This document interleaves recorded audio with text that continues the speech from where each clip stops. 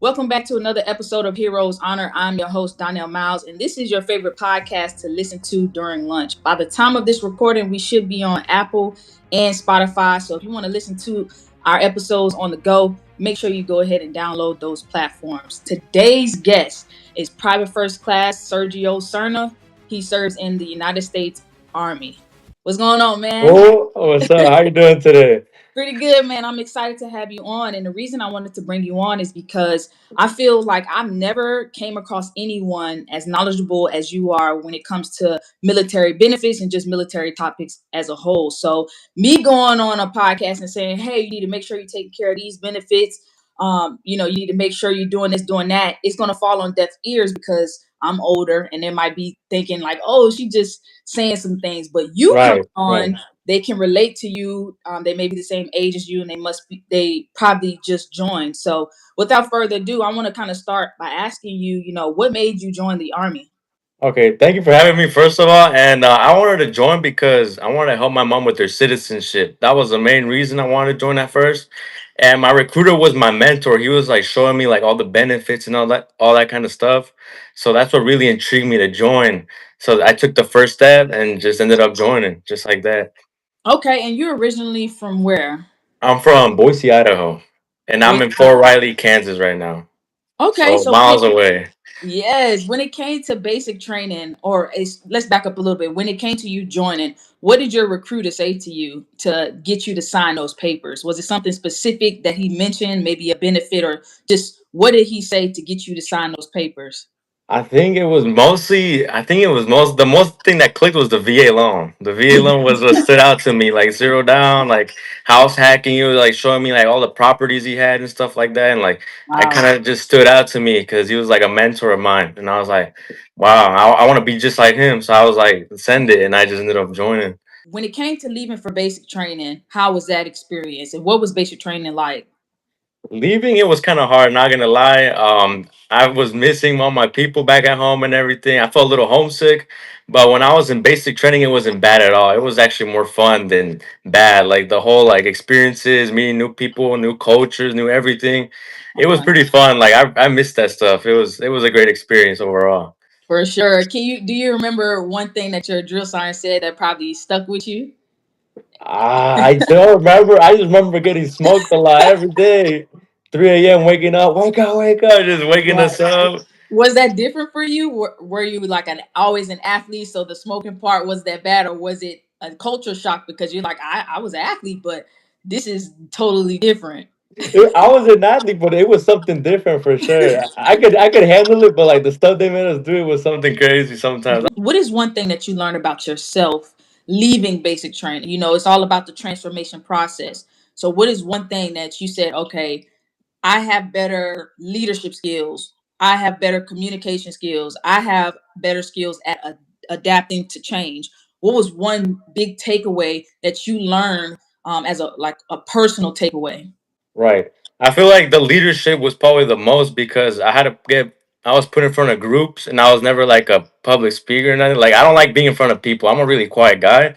And sometimes I get put in front of like the formation or just leading stuff. And like, I feel like that made me a better person now because I'm more talkative and not more outgoing. And if they want me to go in those leadership spots, I'm not scared anymore like I used to be. So it pushed me out of my comfort zone to be like, hey, if we need a leader, we need someone to step up and give an example. I'm willing to step up now, and the old me would have never done that. I would have just curled up in the ball, hitting the Yeah. bag. But like, it really made me a better leader overall. Just learning how to lead people for sure. What's your MOS again? 88 Mike, motor transport. 88 Mike. Okay, I work close with 88 Mikes. I'm a 92 Alpha, so you'll get to know the 92 Alphas when Okay, yeah, we have you some bring 92 us. alphas Yeah, around, you bring us but to 5988. So we kind of work hand in hand. That's what's up. So how's it been at your first duty station? it's been awesome. The leadership, the environment, the area, I love it out here. I Okay, can't complain. awesome. I love Have it. you have you ever been over in that area before, or is this all brand new? Oh no, this was my first time. All brand new. Everything was brand new, but I love it. Just everything's good. I know on your page you kind of talk about military benefits, right? So I wanted to ask you, how did you become so knowledgeable about the military benefits? I want to say I really did some digging on it. Like I really like digged it. It's gonna sound just so basic and cliche, but all I really did was Ask ChatGPT, YouTube. I read a bunch of like books about it. Like I just really like soaked up as much information. There's this guy I follow that's Josh Villarreal. He taught me a lot, and I just started soaking up a bunch of knowledge, and I started applying it, and like it just like all started to click in. Like at first I wasn't understanding, and more digging and everything, and I just started getting the hang of it. And When you said at first you didn't, when you said at first you didn't understand it, what about the military benefits didn't you understand? Yeah, it was like the process of how to get a house, like the process of how the tuition system worked, like how everything just worked overall. But like just reaching out to people and like connections, that's really what helped me. Like networking is something that will get you far. Is like if you don't know something, reach out to someone, even if they're like famous or whatever. Like they might have a huge following. Feel free to reach out, Absolutely. like Network. network or go to meet people. Like like get your name out there. Like really be out Absolutely. there. The biggest way to network, I believe, on a military installation is the gym. You know, everyone goes to the gym, whether they're Right, hired right, right, during lunch. If you can get in there for 20 minutes on lunch, you'll see colonels, sergeant majors, you know, senior enlisted, junior enlisted, and that's a right, great right, opportunity to bond over fitness. When it comes to your pay grade, right? So you own a home, right. correct? Can you talk to us a little bit about how you're able to own a home using your VA loan at a PFC rank? Okay, that's where they got kind of tricky. Everyone was asking me the same thing. It's because I stacked a lot. So my whole plan was before joining the military was to save a lot of money, save a lot of money. So I already had some money saved up, a lot of money saved up, and I had a little side business going on as well. So I pretty much used that on my W-2s with the military pay, and I pretty much got approved to buy a home like that. So Yeah, you didn't have to put any money down. no What was money your down. process like? No money down. The closing costs were gonna come out at 13K, but we ended up getting a bunch of seller credits. So the seller ended up like negotiating with us. Like let's say a property is listed at like 200,000 and you're like 13K in seller fees. You want to offer like 14 to 15K. So you're gonna offer 215K and you're gonna tell the seller, hey, like, can I use my seller credits or can I like is there a way we can negotiate this? I'll offer you more, but you pay all the closing costs, the inspections, the appraisals, and everything.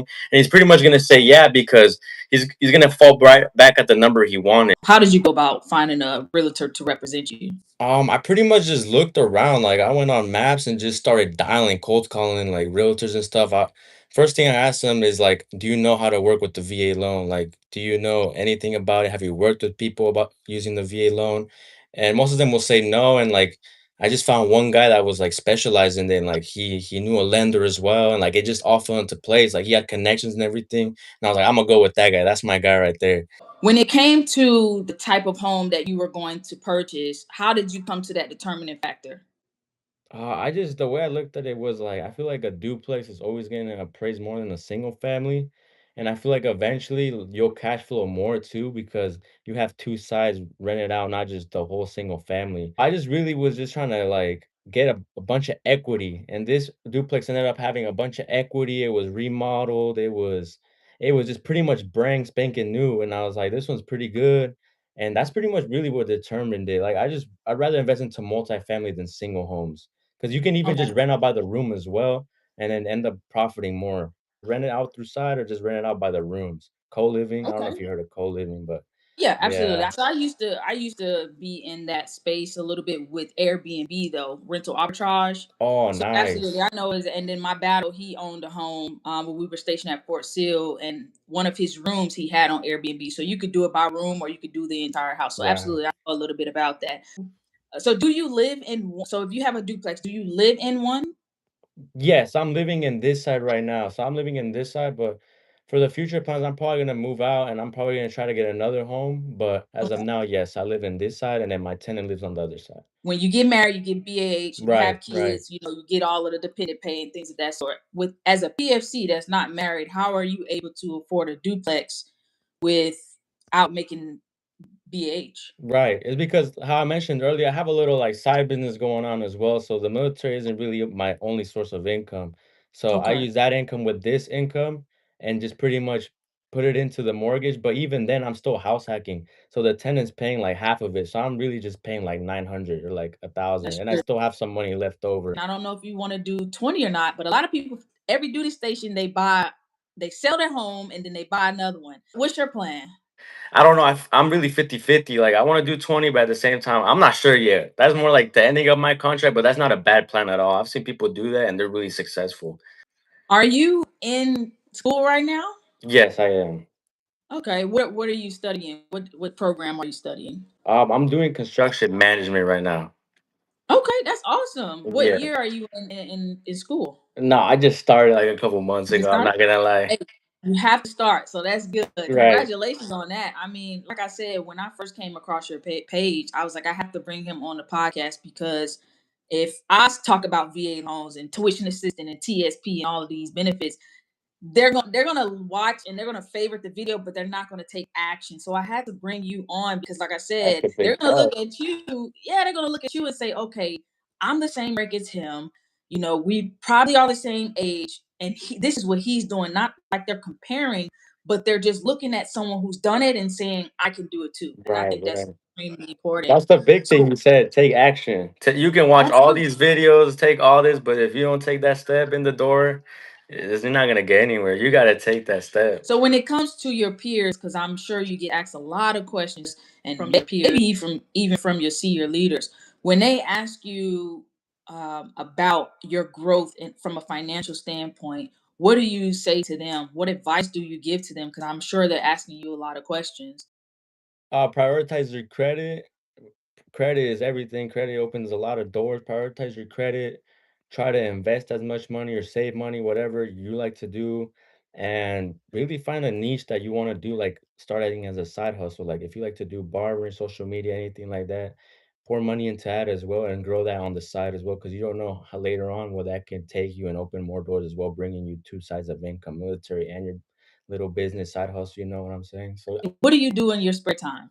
oh, really? I'm more of a traveler. Like I've grown out outdoors, so like I love like exploring new cities, like going out, like going in the nature, like camping, Yeah, fishing, like stuff yeah. like that. Like Where you're just going out stationed at exploring right the big now? cities because I'm from a small city. So like these big cities, I'm like, wow, like big, and I just go explore. Pretty much, yeah, that or I just chill inside and just watch movies or just chill out. I can be a homebody too. It's a mix of both.